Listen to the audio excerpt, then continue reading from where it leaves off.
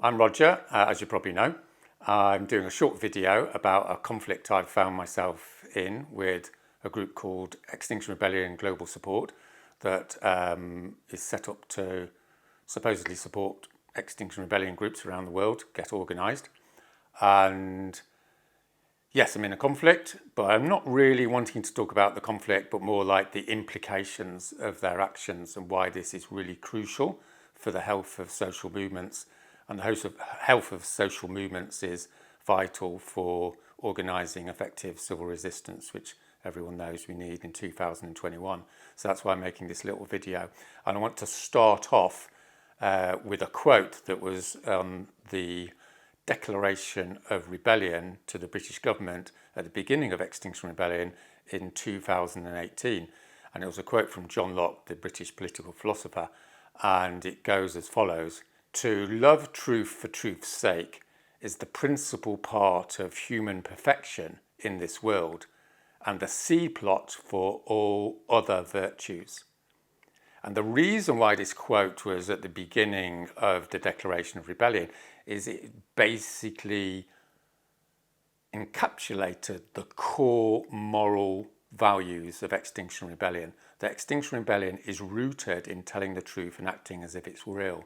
And telling the truth essentially means being open and honest with people about what you're doing and why you're doing it. It's all about the quality of communication. Okay, so I'm not going to talk that much about why we've got a conflict.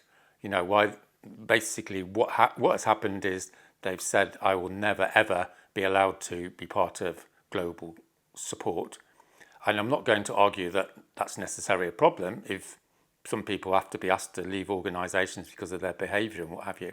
What I'm going to focus on in this short video is the way they've gone about it and say why that's important. So this is the way they've gone about it. First of all, out of the blue, with no communication, a public statement is put out about me, which is factually incorrect, saying that I will never be allowed to be involved in global support. And then I wrote to them a polite letter saying, well, could you please correct your factual errors, and it would be good to have a talk about it. And nothing has come back. And no one has signed the letter. I don't know who's involved. I don't know who to talk to.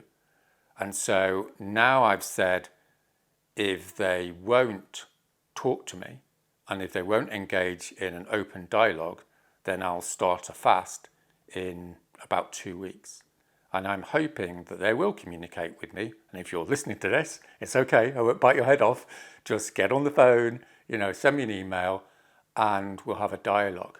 Okay, so what I want to say about this is, just for the record, I'm not having this little campaign about global support because of me. I'm basically fine.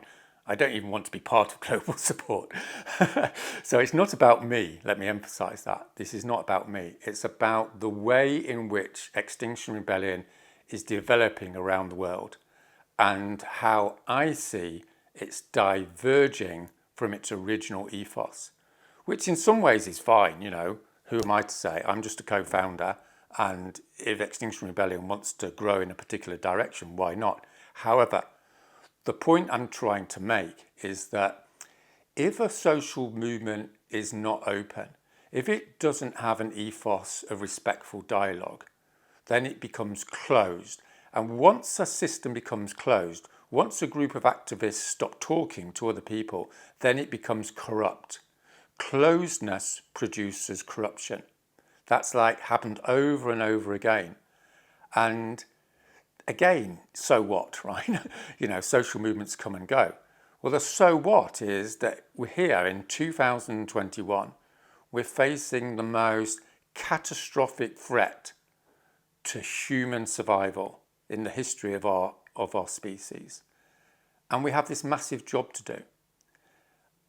And all the literature and all the experience points to the reality that if you're not organised in an open, respectful way internally, you'll become ineffectual externally. You won't be able to build the mass mobilisation that is required for effective, high participation civil resistance.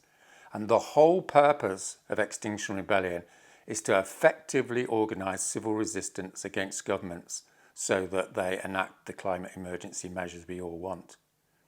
So for me, like, this isn't just a little thing. It's like, this is a symptom of a degeneration in exiles culture. And what I'm asking people to do is to not assume this will go away. Because once this seeping ability to get rid of people without being accountable, that grows. And it's like a cancer. It destroys social movements. It destroys organisations. So what I want people to do is, not for me, but for the exile movement, is to email global support and respectfully ask them to enter into dialogue. That's all I'm asking. I'm not saying they reverse their decision, so that we can communicate about it. And also, I'm planning to have, in a spirit of openness and truthfulness, to have a Zoom call, a global Zoom call in a few days, and potentially next week. And there should be a link about that on this video, and you're very welcome to come along, and it will be an Ask Me Anything session, and I'll say my piece, and you might agree with me or not, and you can ask me questions and make your own mind up, which is what we set up Extinction Rebellion to do, right?